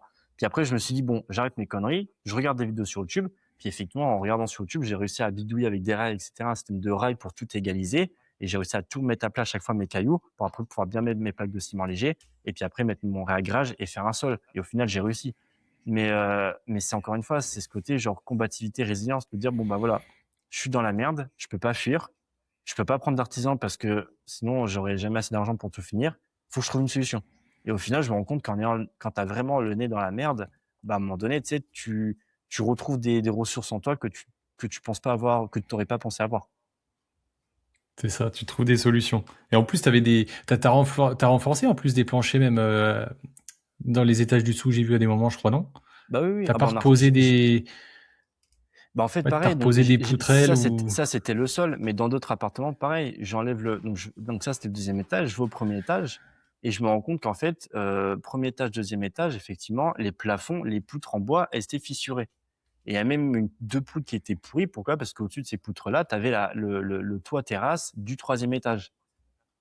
Et donc, du coup, qu'est-ce que je fais? Moi, je demande conseil à des gars dans le bâtiment. Ils m'ont dit, bah, idéalement, ce qu'il aurait fallu que tu fasses, c'est que tu fasses tes trous de chaque côté et que tu en mettes une poutre pleine. Sauf que vu que j'avais déjà refait le plafond du deuxième étage, où tu sais, j'avais l'affaissement, bah, ce qui se passe, c'est que en fait, c'était pas possible de rentrer la poutre en une fois parce qu'en fait, le plafond, tu sais, il s'était un peu enfoncé avec le temps. Donc impossible de rentrer 2 morceaux de bois. Donc moi, ce que j'ai fait, c'est que j'ai mis un morceau d'un côté, un morceau de l'autre, un morceau au milieu, puis vissé cloué, ça bougera jamais. Mais c'est pas des TU. Comme on dira, c'est pas OK. des TU. Et je me souviens, j'avais fait une vidéo sur Instagram où j'avais fait cette vidéo où je renforçais le plancher. Et je me souviens, je m'étais fait menacer de mort sur TikTok parce que les gens ils m'ont dit mais t'es un malade de faire ça. Les gens qui vont être dedans, ils vont se tuer, nanana. Tu sais, c'est parti. La vidéo elle est partie virale. Et du coup, cette vidéo-là, j'ai dû la supprimer parce que je me prenais des menaces de mort. Et en fait, c'est là que je me suis rendu compte de deux choses. C'est que la première déjà, c'est que sur TikTok et toutes ces plateformes, si tu fais des vidéos qui ne plaisent pas, ça marche trop bien. Si tu fais des vidéos qui plaisent, ça marche pas. C'est impressionnant. En fait, les gens, ils prennent trop de plaisir à te défoncer sur les réseaux sociaux. Mmh. C'est un truc de fou. Exactement. Et la deuxième, c'est qu'en fait, ils sont pas là. Et en fait, ils vont toujours te dire, ouais, mais il faut que tu fasses ça comme ça, ça comme ça, comme ça, comme ça. Et en fait, je me rends compte que ce qui est super dur dans les travaux, c'est que quand tu commences à demander conseil à tout le monde, en fait, tout le monde te chante la messe et tout le monde a son truc à faire. Même dans les artisans eux-mêmes, même eux, ils s'entendent pas entre eux. Tu vois, il y en a, il va te Mmh. dire, bah, faut que tu fasses comme ça, faut que tu fasses comme ça. Et toi, tu es là, au milieu de rien, tu connais rien du tout, et il faut que tu prennes des décisions. Et en fait, pour répondre à ta question de tout à l'heure, qu'est-ce qui est dur aussi, c'est prendre des décisions. Faire, c'est pas fatigant. Le plus dur, c'est toi qui dois prendre la décision, c'est toi le maître d'œuvre. Et je te jure que pendant un an, prendre des décisions, c'est fatigant parce que tu te dis, est-ce que c'est bien ce que je fais ou est-ce que c'est pas bien? Et en fait, tu te rends compte qu'à la fin, il n'y a pas de c'est bien ou c'est pas bien. Tu as juste pris une décision. Ce sera peut-être pas la meilleure à l'instant T, mais tu as trouvé une décision pour avancer. Tu vois ce que je veux dire? Exactement, ouais. OK. Et Et du coup, donc finalement, j'ai renforcé mon plancher, comme tu dis, avec des poutres en bois, mais pas en un morceau, en 3 morceaux. Je sais comment je l'ai fait et ça ne bougera jamais, mais c'est pas aux normes qu'on voudrait que ce soit fait. Mais les gens étaient pas là pour voir et c'était pas possible de faire autrement. OK. À part Et faire tomber le plancher du dessus, mais je pouvais pas. OK. Et t'as pas eu aussi, je crois un carreau dans la douche qui a pété, enfin ou une fuite ou quelque chose comme ça après l'avoir refait, non? Si, pareil, on fait la salle de bain du troisième étage. La salle de bain, elle est flambant neuve. Et donc du coup, sur les 4 appartements de l'immeuble, moi, je vivais au troisième étage. Parce que du coup, j'avais vendu mes 2 appartements, donc je vivais au troisième étage, ce qui fait que du coup, bah, j'étais sur place en permanence pour faire mes travaux. Et petit à petit, j'ai une fissure qui apparaît dans la salle de bain. Elle s'agrandit, elle s'agrandit. Puis à un moment donné, je me dis: «C'est pas normal». Donc j'en parle à mon plombier qui me dit: «Oh Flo, faut que tu répares ça tout de suite, parce que sinon l'eau, elle va rentrer, ça va pourrir ton mur en placo derrière et ça va être la merde». Donc du coup, j'appelle mon carreleur, il enlève la faïence et là, je te jure, ça fait mal au cœur parce que, tu sais, toi, tu as tout rasé l'appartement, tu sais faire, tu as déjà vu un appartement nu. Mais là, c'est l'appartement, il est tout neuf et tu vois le mec qui donne des gros coups de masse dans ta salle de bain toute neuve, en train de défoncer le placo et la faïence. Moi, je suis parti, j'avais trop mal au cœur. Je te jure, j'avais trop mal au cœur. Je suis parti, il m'a enlevé le carreau, il m'a mis de la colle et il a remis. Et en fait, il m'a expliqué qu'en fait, le plombier, quand il met ses vis pour tenir en fait le support où tu mets ta robinetterie, et ben en fait, vu que le trou de faïence, il n'était pas assez gros, toi d'ailleurs, quand tu mets ta finition, tu sais, pour mettre ta platine là de robinet, en Ouais. fait, ça a écrasé le carreau qui est écrasé sur les vis et en fait, ça a fissuré. Donc là, ce qui s'est passé, c'est qu'il a fait un trou de faïence plus gros, il a mis plus de colle et puis du coup, derrière, ça tiendra mieux avec la robinetterie. Mais parce qu'encore une fois, en fait, c'est que le plombier, il a une manière de faire, mais le caleur a une manière de faire. Et au final, bon, bah, des fois, ça matche pas, en fait. Ça matche pas. OK. OK. Donc là, à l'heure d'aujourd'hui, donc bah, tu en vacances de toute façon, donc ça veut dire que l'immeuble est terminé, c'est ça? C'est terminé, ouais. C'est terminé, donc 4 logements. T'as refait les caves aussi? Oui. Est-ce que tu veux parler des caves aussi? Pourquoi J'ai fait pourquoi des t'as refait caves. des caves? Alors, pourquoi j'ai fait des caves? À la base, je voulais faire une love room. À la base de la base. OK. En fait, quand tu rentres dans l'immeuble, tu as un grand couloir, tu as l'appartement du rez-de-chaussée. Et en fait, le Ouais. mur qui se trouve au fond de l'appartement du rez-de-chaussée, derrière, ça donne sur une grosse cave, mais troglodyte. Et à la base, le projet que je voulais faire, c'était ouvrir le mur du rez-de-chaussée, condamner l'accès aux caves par le couloir, et puis faire un gros appartement en longueur pour faire un peu faire un Airbnb côté avec un thème love room. Sauf qu'il fallait mettre 70 000 € en plus sur la table et je les avais pas. Donc je me suis dit OK. comment optimiser cette cave parce que c'est une grosse cave qui part en longueur. Tu dois avoir quand même 30 mètres carrés qui part sous terre. Et vu que je me trouve en plein centre-ville de Tours, je me suis dit, bon, bah, la deuxième solution, c'est de faire des caves. Parce qu'en fait, qu'est-ce que j'ai fait? J'ai fait le tour des quartiers, enfin, tu sais, des gens qui vivaient autour de moi dans les appartements à Tours. Et je leur ai dit, ouais, si vous avez une cave dans l'immeuble, qu'est-ce que vous ferez? Et la plupart, ils m'ont dit, bah, faire des caves, logement vélo. Parce qu'en fait, au final, je me rends compte que quand tu vis en ville, ce qui manque pour la plupart, c'est avoir un endroit pour stocker. Tu sais, stocker ton alimentaire, stocker tes Mmh. valises. C'est con, mais tu sais, quand tu viens dans un nouvel appartement, tu as des valises et tout, et t'as pas forcément la place pour mettre dans ton appartement. Il y en a d'autres qui m'ont dit, bah, pareil, à Tours, beaucoup se déplacent en vélo ou en trottinette et ils ont pas d'endroit pour stocker, donc ils mettent dehors, mais tu peux te le faire voler. Donc, du coup, je me suis dit, bon, bah, je vais faire des caves. Donc, pareil, du coup, Abdallah, qui est avec moi pour faire le placo, vu que c'est un gars qui vient d'Alger, et mine de rien, les gars qui viennent bah, du bled, comme on dit, ils touchent trop, trop, trop bien au bâtiment, ces gars-là, bah, c'est lui, du coup, qui m'a montré comment faire des murs en parpaing. Donc, du coup, on s'est retrouvé dans la cave à monter des murs en parpaing pour faire une cave par appartement. Et une cave que j'ai gardée pour moi de stockage. Puis à côté, on a mis un petit local vélo, trottinette électrique. Voilà. Et comme ça, OK, pareil, ça fait, trop bien. ça optimise l'immeuble. Puis ça rajoute de la valeur si jamais derrière un jour, je sais pas, tu fais, un règlement de copro et que tu revends logement par logement, tu vois, tu peux dire: «Bah, il y a une cave avec le logement et Bah, basta», tu c'est vois? exactement ça, parce que je me suis dit, là, pour l'instant, financièrement, ça a l'air de plutôt bien démarrer, mais je me suis dit, si un jour je dois vendre l'immeuble dans l'urgence, je fais passer, alors tu vas m'aider, mais tu sais, la personne qui s'occupe de tout diviser par lot, Géomètre et en fait, le géomètre, voilà, tu fais exactement. passer géomètre et règlement de copro chez un notaire. C'est ça. Et bah là, ce qui s'est passé, c'est que chaque appartement, j'ai tout anticipé et j'ai mis un compteur d'eau individuel et une trappe, avec chacun à sa OK. vanne, le compteur d'eau, et cetera. Comme ça, je me suis dit, si un jour j'ai un problème, je peux faire passer un géomètre. Chaque appartement déjà a sa cave, chaque appartement a son compteur d'eau, et comme ça, je peux tout revendre au lot. Et j'ai même fait des simulations. Si demain je revendais au lot, des appartements comme ça se revend 120, 150 000 euros en plein tour. Pour un appartement où tu es à 450, tu revends 600, c'est pas mal. Après, le problème, c'est que derrière, je suis en société à l'IS et que derrière, les impôts, ils vont tout me prendre. Mais en tout cas, c'est prévu pour. OK. Oui, on n'en a pas parlé, mais t'as fait ça, celui-là, tu l'as fait financer en SCI à l'IS, c'est ça, hein? Ah, Ce si, à projet? l'IS, ouais. Ouais, SCI à l'IS, parce OK. que pour moi, c'est un projet très long terme, donc j'ai pas du tout pour projet de le revendre. Mmh. Mmh, OK. Et du coup, tu disais, après renégociation de ton assurance, à peu près un peu plus de 2 000 € d'échéance de prêt.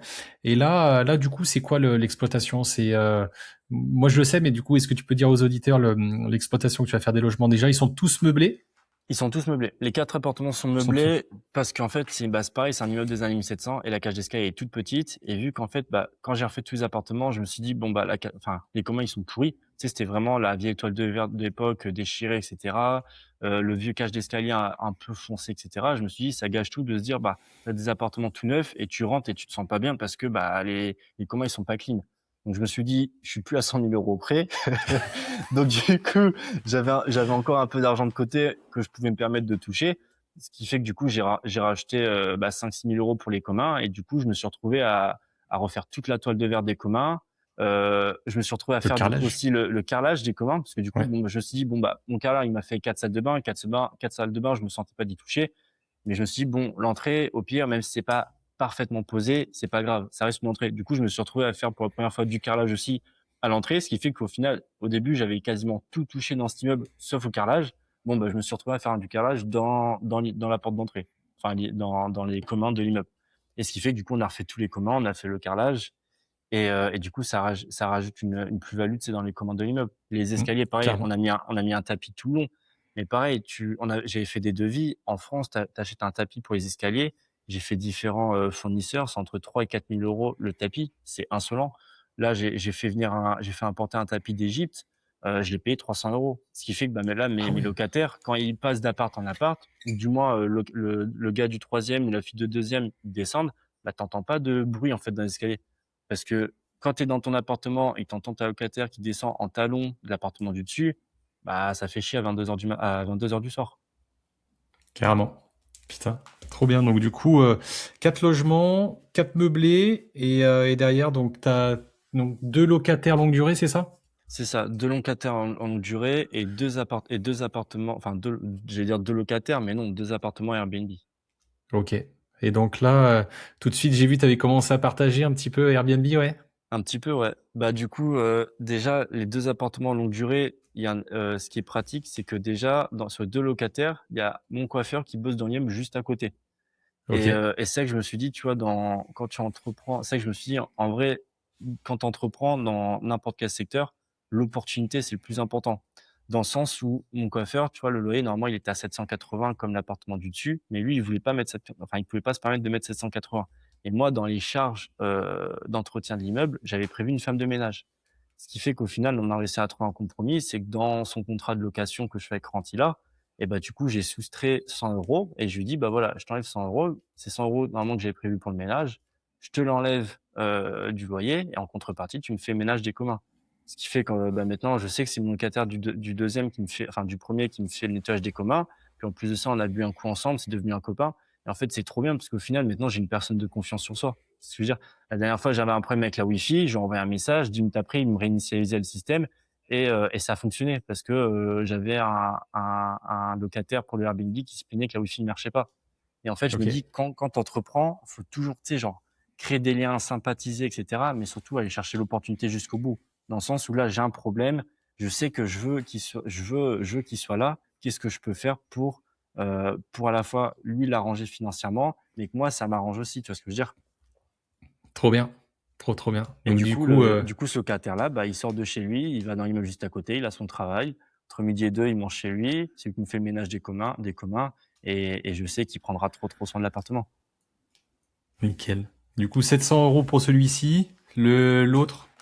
Alors du coup, l'appartement du deuxième étage, on est à 700 euros de loyer, 60 euros de charge, donc Ouais. 760. L'appartement d'en dessous, on est à 700 euros de loyer, 80 euros de charge, donc 780. Ouais. Donc tu gardes aussi 700 euros de loyer. Et les deux appartements du troisième étage et du rez-de-chaussée, j'ai fait un test de les mettre en Airbnb. Donc là, pour l'instant, ils sont en Airbnb. Ok, trop bien. Et ouais, en plus, t'as fait des belles rénos, de la belle déco. Tu t'es fait aider la déco ou c'est tout toi Non, qui as fait? ah bah en fait, pour tous les appartements, les 4 appartements, j'ai la copine d'un copain qui travaille à IKEA, mais à côté, dans le rayon cuisine, mais à côté de ça, elle est diplômée d'architecte d'intérieur. Donc pareil, je me suis arrangé avec elle et c'est elle qui m'a fait les plans du coup pour tous les appartements. Pour te donner une idée, j'en ai eu peut-être pour 400 euros pour les 4 appartements, donc à peu près 100 euros par appartement, avec les modélisations 3D, les plans électricité, les plans VMC, les plans eau, tout. Donc ça, c'était Putain, c'est ultra que dalle. pratique. Non, c'est que dalle. C'est ultra pratique pour avoir, on va dire, une route à suivre pour la rénovation. Et non, la décoration, j'ai tout fait avec, j'ai tout fait moi-même. Et d'ailleurs, j'ai tout décoré avec le magasin BM. Je sais pas si tu connais. BM. Ok, Ouais, non, très pas bien du pour la tout. décoration. BM déco. Ok. Bah écoute, je note. Je Ouais. note, je note. C'est bien parce que, en fait, toute leur décoration, elle est classée par thème de couleur. Ok. Donc ça, c'est super pratique parce que du coup, ce qui fait que si jamais tu vas, par exemple, à Ikea et que tu mets tes draps en beige, parce que c'est souvent ce qui est demandé pour le Airbnb, tu sais, d'avoir une literie un peu foncée, mais pas trop, enfin, un peu foncée, mais pas trop clair, etc. Donc beige, et ben, tu vas bien et toute leur décoration dans les rayons, c'est classé par thème de couleur. Donc c'est trop bien parce que du coup, tu perds pas de temps à associer les bons éléments entre eux. Ok. BIM. Eh Ouais. ben, petite astuce alors. Au top, Voilà. merci. Mais tu vois, Romain, je te dis pas que c'est la meilleure solution, mais en tout cas, moi, ce que je sais, c'est que ce projet-là, je l'ai fait avec cœur et je l'ai fait avec cœur jusqu'au bout, dans le sens où j'ai pas compté. Je t'avoue que j'ai pas compté. C'est-à-dire que jusqu'au bout, même si je sais que j'avais plus d'argent pour les travaux, bon, bah, j'avais pas peur de piocher sur mes différents comptes pour le faire avec le cœur et les normes jusqu'au bout. Quand je te dis avec les normes, c'est, mettre le boîtier de désenfumage pour la fenêtre, mettre le plan de sécurité dans les communs, mettre des extincteurs dans les communs, mettre les boîtiers de secours et d'évacuation, où je me suis dit j'accueille du public, où je me dis ok là j'ai balancé 5 6 000 euros juste de sécurité dans cet immeuble, mais je me dis au moins je l'ai fait avec cœur, il est aux normes et demain si j'ai une merde, ben moi je sais que je suis couvert parce que tout est fait. Et je pense vraiment que quand tu fais un projet avec le cœur, mais vraiment avec le cœur ou jusqu'au bout, bah tu sais même si t'es fatigué et tout, tu mets vraiment toute ton énergie, je me dis que derrière, tu sèmeras forcément ce qui va avec. Tu sais, c'est comme Mm. quand j'étais commercial où bah, jusqu'au bout, tous les gens que je rencontrais, bah, vraiment, tu sais, je faisais mes débats jusqu'au bout avec le cœur et que derrière, bon, bah, j'avais de la recommandation, du bouche-oreille. Exactement. Bah écoute, trop bien. Trop bien. Donc en tout cas, un beau projet rondement mené. Maintenant, ça tourne. Donc déjà, je te souhaite pour cet investissement que ça tourne Voilà. bien. Et du coup, Et, est-ce que tu veux parler des chiffres du Airbnb? et ben, vas-y. Vas-y, Eh vas-y. ben, chiffre du Airbnb, pour te donner une idée, donc pareil, quand j'ai mis l'annonce des 2 appartements Airbnb, tu sais, il y en a beaucoup, ils font les photos eux-mêmes. Et je me suis dit, moi, j'ai un copain qui est photographe et son copain, c'est lui qui gère aussi des Airbnb à Tours. Il a sa propre société de conciergerie. Donc, encore une fois, tu vois, bouche-oreille jusqu'au bout. et il vit que de ça. Et ça, c'est bien parce que je me dis, tu vois, si le gars, il a 40 appartements et il vit que de Airbnb, bon, bah, il sait que si toi tu gagnes, lui il gagne. Tu vois ce que je veux dire? C'est donnant-donnant. Et du coup, j'ai dépensé 200 € de shooting photo pour les 2 appartements. Normalement, c'était beaucoup plus cher. Mais vu que lui, il est passionné de photos, je me suis dit j'ai trouvé un arrangement avec lui. Je me suis dit: «Vu que je vole sur les petits avions», je me suis dit: «On trouve un arrangement». Je lui ai dit: «Écoute, tu me fais les photos des appartements. À côté, je te fais faire un petit tour d'avion pour les châteaux de la Loire et tu me fais mes photos». Il a dit: «OK». Et ce qui fait que du coup, j'ai payé, le shooting photo. Je lui ai fait un petit tour d'avion et lui, à côté, il a mis tout son cœur pour faire des magnifiques photos pour les 2 appartements. Ce qui fait qu'avec les 2 appartements, j'ai un appartement qui a une cinquantaine de photos et un autre appartement qui a une trentaine de photos.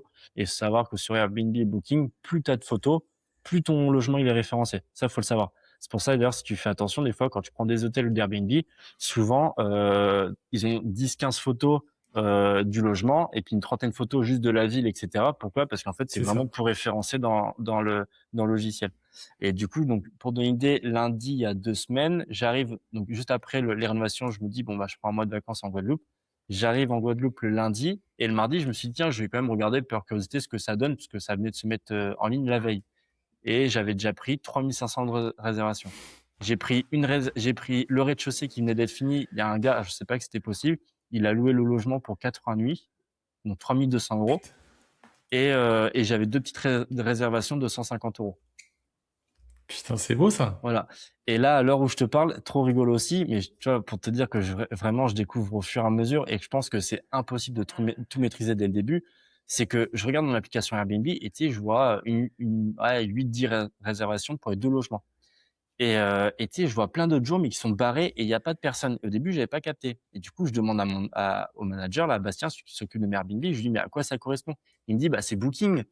Je dis: «Ah oui, OK, parce que tu loues aussi avec Booking». Il me dit: «Oui», mais tu sais, moi, j'avais pas suivi tout ça. Et en fait, à l'heure où je te parle, je n'ai zéro, je n'ai pas un logement qui fait il y a pas un seul logement qui est vide. C'est-à-dire que là, depuis que les logements sont en ligne, j'ai un logement qui va déjà être loué pour 2 mois et demi, donc le logement du rez-de-chaussée et le troisième étage entre Booking et Airbnb, déjà tout le mois de mai, là, il est rempli. Mais moi, je ne savais pas. J'ai découvert ça. C'est beau ça. Ah bah c'est de la belle surprise, ça, hein. C'est de la C'est belle de la belle surprise. surprise. Voilà. Mais ça rejoint ce que je te disais tout à l'heure, dans le sens où je me dis, si tu fais les choses avec le cœur jusqu'au bout, la décoration, pareil avec les tripes jusqu'au bout, bah derrière les gens ils vont sentir que ça a été fait avec goût et il y a de la chaleur humaine. Et je le vois. Du coup, finalement, bah, les réservations ça tombe quoi. Donc c'est cool. Trop bien. Trop content pour toi. Et du coup, bah pour clore ce sujet immobilier, après on parlera un petit peu de sport, mais pour clore ce sujet immo, est-ce qu'il y a eu des moments où tu as douté de toi, en Bien fait, où sûr, tu t'es dit bien sûr. putain, pourquoi je me suis embarqué là-dedans et comment tu as fait en fait pour passer outre en fait et te dire bah non, euh, il faut te requinquer et Bah qu'est-ce que je fais maintenant? là à un moment donné où effectivement je doutais de moi et je t'avoue que j'étais perdu dans mes travaux, c'est que moi dans ma tête, tu sais, je m'étais dit, je commence le troisième étage, je commence le deuxième étage, je boucle les deux, et après, je mets en location, et après, je fais le premier et le rez-de-chaussée. Au début, c'est ce que je voulais faire dans un monde idéal. Sauf que, en fait, ça s'est pas du tout passé comme ça. Parce que, comme je t'ai dit, moi, j'avais Abdallah, mon plaquiste, qui n'avait pas de chantier à ce moment-là et qui pouvait se permettre de tout faire en même temps. Donc, ce qui fait qu'en fait, Ok, on a fait le troisième étage. On a attaqué le deuxième étage. Là, on était l'été dernier. L'été dernier, il part au bled pendant 2 mois. Quand il est revenu, il me dit, bah, écoute, Flo, si tu veux, moi, j'ai pas de chantier. Qu'est-ce que je fais? Est-ce que je continue de bosser avec toi ou je trouve du chantier? Je dis, bah non, Abdallah, tu bosses super bien. Je vais te garder avec moi. Donc, du coup, on a démarré le premier étage et après, on a démarré le rez-de-chaussée. Ce qui fait ok, qu'en fait, je me suis retrouvé avec bah, tout l'immeuble en travaux en même temps. Et quand je te dis tout l'immeuble, c'est les 4 appartements en travaux, les communs en travaux et puis les caves parce qu'en fait, il fallait lui donner du travail, sinon il partait. Et donc du coup, non, ça s'est pas du tout fait comme je voulais. Et puis à un moment donné, effectivement, je sais plus comment faire parce que moi, je vivais au troisième étage et j'avais 3 appartements en même temps en chantier. Et je me suis dit, quand est-ce que celui-là il va pouvoir être loué, etc. Dans le prévisionnel de location, je ne savais plus comment faire. Donc à un moment donné, j'ai dit stop, on se concentre sur cet appartement, on le finit. Si tu as besoin du travail, je te donne les caves à faire, je te donne un peu les communs à faire, mais comme ça, on se concentre sur un appartement avec les autres corps de métier pour le finir. Puis après, petit à petit, je me suis braqué sur le premier étage, puis après, on a avancé sur le rez-de-chaussée. Mais à un moment donné, effectivement, quand tout était en chantier en même temps, compliqué, compliqué de fou. Et puis c'était traître parce que vu que je vivais sur place sur le chantier, moi, quand je rentrais du soir après le sport, je voyais le travail à faire.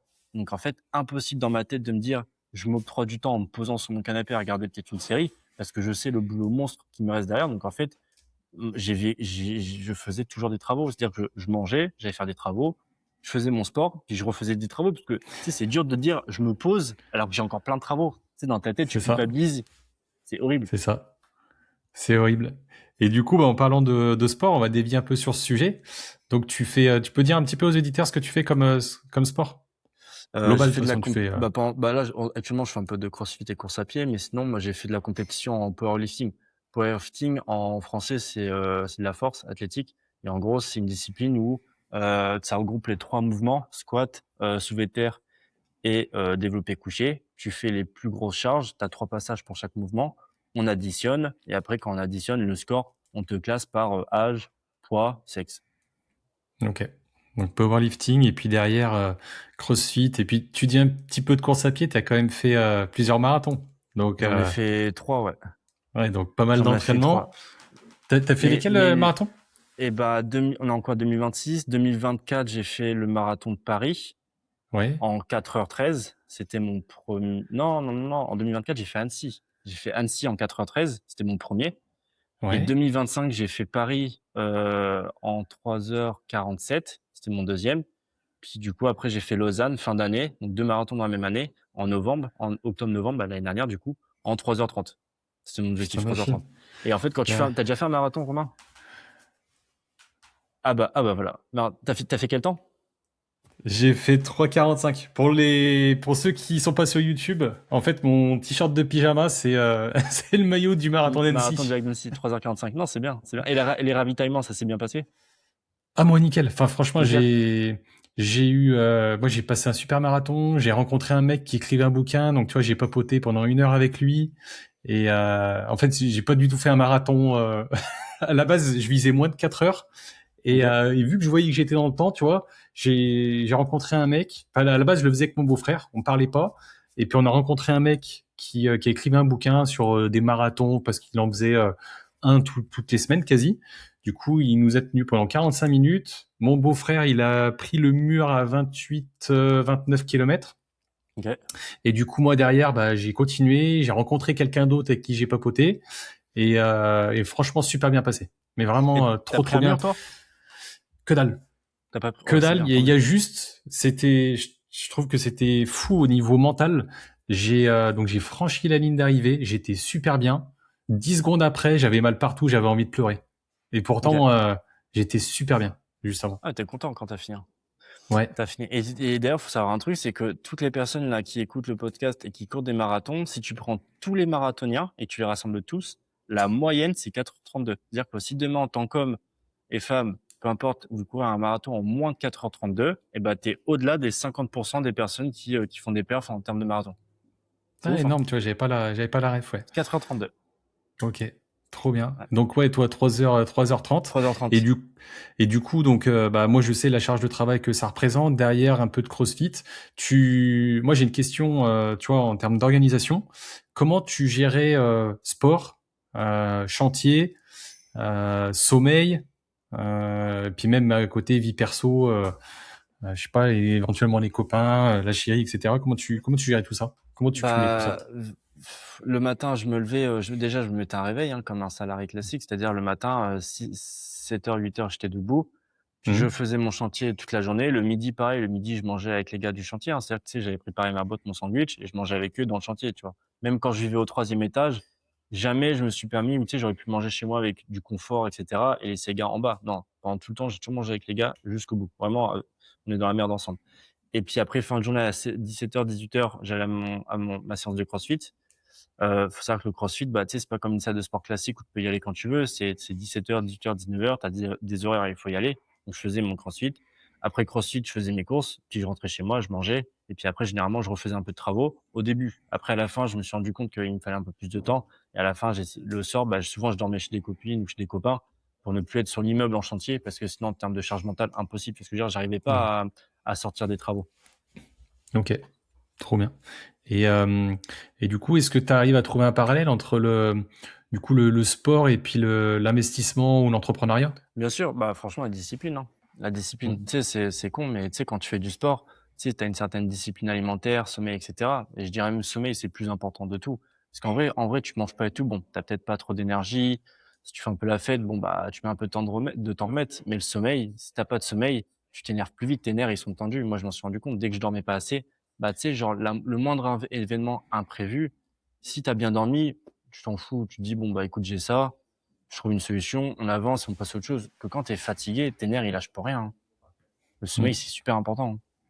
Exactement, ouais, Puis au début, exactement. je me souviens dans les travaux, au début, j'avais des imprévus et tu sais, j'en faisais des tonnes. Tu sais, genre ça me tourmentait énormément. Puis à la fin, tu sais, tu te dis bon, c'est un imprévu de plus. Et tu sais, ton cerveau, il passe plus en mode genre j'ai un problème et je trouve la solution tout de suite. Alors qu'au début, tu sais, tu passais du temps tu sais, à bloquer sur le problème. C'est ça. Non, mais écoute, trop Mais du bien, coup, belle ouais, résilience. pour rejoindre ce que tu disais, ouais, la discipline, parce qu'au final, si tu appliques une discipline dans ton sport pour faire de la performance, encore une fois, bah derrière, quand tu fais un projet comme ça de 4 appartements, mine de rien, c'est une forme de performance, surtout quand t'as aucune expérience. Et bah du coup, c'est la discipline qui permet de t'emmener jusqu'au bout. Tu sais, c'est comme quand j'étais commercial, on me disait toujours, faut faire confiance au process. Le process, c'était plus tu prospectes, bah, plus tu as de contacts, plus tu as de numéro de téléphone au final, plus tu as de rendez-vous, plus tu as de rendez-vous, plus tu fais des balles. Puis sur les déballes, à un moment donné, ça matchera et tu feras tes contrats. Et Mmh. tu sais, c'est un process. Bah, au final, là, dans le sommeil, le sport, etc., c'est toujours pareil. C'est plus tu mets en application le process et forcément derrière, tu auras des résultats. Exactement, ouais, exactement. Et ben écoute, trop bien. Et j'ai encore trois, quatre petites questions pour clore l'épisode. Ok. Déjà, la suite pour toi, c'est quoi? Tu parlais tout à l'heure de reprendre les études pour être pilote de ligne, Bah, c'est ça, ouais? là, la suite, c'est là, du coup, je me prends des vacances en Guadeloupe pendant un mois. Après, cet été, je pars 3 mois. Au début, je pensais l'Irlande pour apprendre l'anglais, mais finalement, c'est plus les îles Canaries. Mais peu importe, on va dire que c'est apprendre l'anglais. Et en Ok, septembre, du coup, je reprends les études. Je ok, reprends les études parce que là, actuellement, je suis déjà pilote, mais sur les petits avions. Et on va dire que les deux plus grosses frustrations que j'avais, c'était, comme je te disais, c'était de ne pas être manuel. Et aujourd'hui, bon, bah, avec l'immeuble, j'ai appris à être manuel. Et la deuxième frustration, c'est de ne pas avoir fait d'études. Tu sais, j'ai une forme de complexe de ne pas avoir étudié. Et du coup, je me suis dit, ok, bon, bah là, je vais reprendre mes études de pilote de ligne. Comme ça, mine de rien, j'aurais fait des études. Et puis, ça me permettra surtout de vivre de quelque chose qui me plaît, tu vois ce que je veux dire.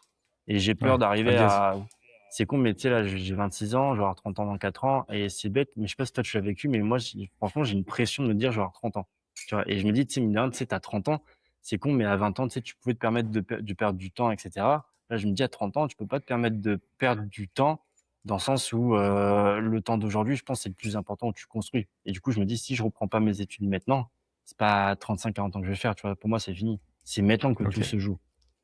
Donc là, je te dis, ok. la barrière des 30 ans, c'est ce qui me dit que faut que je reprenne mes études. Donc là, études et derrière, puis, enfin, dans l'idée, c'est pour être pilote de ligne, c'est ça, sur des compagnies aériennes C'est ou en ça. privé? Ouais, Non, non, compagnie compagnie aérienne. aérienne. Bah là, tu vois, 26 ans, c'est-à-dire que 28 ans, je sors d'études, j'ai mon ATPL, ce qu'on appelle ça, Airline Transport Pilote Licence. Là, après, trouver une petite compagnie, genre Volotea, Ryanair, faire mes 500 heures sur appareil type. Donc 500 heures, c'est comme si par exemple demain tu passes ton permis et tu fais, par exemple, pour rouler une Porsche, bah faut que tu fasses par exemple peut-être 500 heures sur une 208. Donc on va te demander de faire 1 heure, 2 heures, 3 heures sur une 208. Ok, Et après, derrière, tu peux voler sur une plus grosse voiture ou plus grosse compagnie.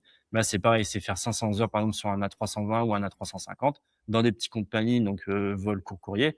Puis après, je pense à 30 ans, 31 ans candidaté pour Air France, hein. Grosse compagnie, ok, hein. Puis pareil, après, tu rentres chez eux, tu fais 1000, 2000 heures. Puis après, tu peux postuler pour faire des longs courriers, du transatlantique. ok. Trop bien. Voilà. Et Donc, puis dès que je suis en place et que financièrement j'ai à nouveau un revenu stable, etc., bah, rebolote dans l'immobilier, hein. Voilà, hein. la Moi, je suite, m'étais, moi, la je suite, m'étais, la moi, suite. je m'étais promis 1 million de patrimoine avant 30 ans. Ouais, Ça, bah c'est écoute. l'objectif. Donc là, tu vois, Eh ben là, l'immeuble, je suis déjà à un demi-million. Donc là, il me reste plus ouais. qu'encore une opération à 1 million, puis ça va être bon. Eh ben, large. Du coup, 2 ans d'études, après, t'as 2 ans derrière et C'est ça. tu vas même éclater les plafonds, c'est sûr. Voilà. Par contre, cette fois-ci, je peux pas dire que ce soit je peux pas, j'allais dire, je ferai pas la même erreur, mais c'est pas une erreur, mais je déléguerai plus. Je déléguerai plus, tu vois, les tâches, etc. Mais d'un autre côté, je pense que c'est important de passer par là. Pourquoi? Parce que, tu vois, exemple tout bête, mais au début, quand j'y connaissais rien, moi, mon caleur, tu sais, il me fait son devis, etc. Puis à un moment donné, il me met un réagrage à 250 euros. Moi, j'ai pas tilté. Aujourd'hui, un réagrage, je sais qu'il a utilisé 3 sacs, ça coûte 20 balles le sac, ça fait 60 euros. un peu de main-d'œuvre. Bon, allez, t'en as pour, allez, 80, 100 euros max, tu vois. Ils me font ça 250 euros. Donc, c'est con. Lui, il a pris ses 250 euros. Mais ce que je veux dire, c'est que, mine de rien, quand tu as bossé avec les artisans et du coup, tu connais le prix des matériaux et que tu as été sur le terrain, même si on te parle d'inflation, etc., tu sais le prix des matériaux. Et je pense que c'est important parce que demain, quand tu refais un projet immobilier et que tu délègues plus, bon, bah, les devis, tu vas les comprendre et le mec, il va pas pouvoir te vendre un réglage à 250 balles. Tu vois ce que je veux dire? Au pire, il te le met dans la main d'œuvre. Mais ce que je veux dire, c'est que déjà, tu connais plus la valeur des choses. Bah, tu vas passer moins de temps sur le chantier, mais par contre, tu vas passer plus de temps peut-être à étudier les devis et derrière à C'est te dire, ça. bon, ça c'est pas bon. C'est Et ça. puis, s'il y en a un qui oublie des petites lignes, tu vas te dire, bon, soit il est pas bon, soit il essaie de m'arnaquer. Enfin, C'est ça. ça va être cool. Mais Suivi. pour résumer tout ça, je pense que, tu sais, il y a plein de gens qui te vendent des formations, etc. Et c'est très bien. Je jette pas la pierre sur ça. Mais mine de rien, je pense que la chose la plus importante, mais vraiment, number one, c'est passer du temps sur le terrain et faire. Faire. Et au Hum. début, tu sais, ce sera peut-être pas la meilleure façon de faire, mais au moins, on l'a fait, tu l'as fait. Et puis après, par la suite, tu prends de l'expérience et puis, les futurs projets seront meilleurs. Je pense que le premier Hum. projet, c'est jamais le meilleur, hein. Parce Hum. que tu apprends, en Ah non, fait. mais t'as raison, ouais. Et puis, de toute Mmh. façon, faut pratiquer. Faut pratiquer. Ouais, c'est ça, faut faire. Ok. J'ai encore deux, trois petites questions. Tu lis un petit peu ou pas?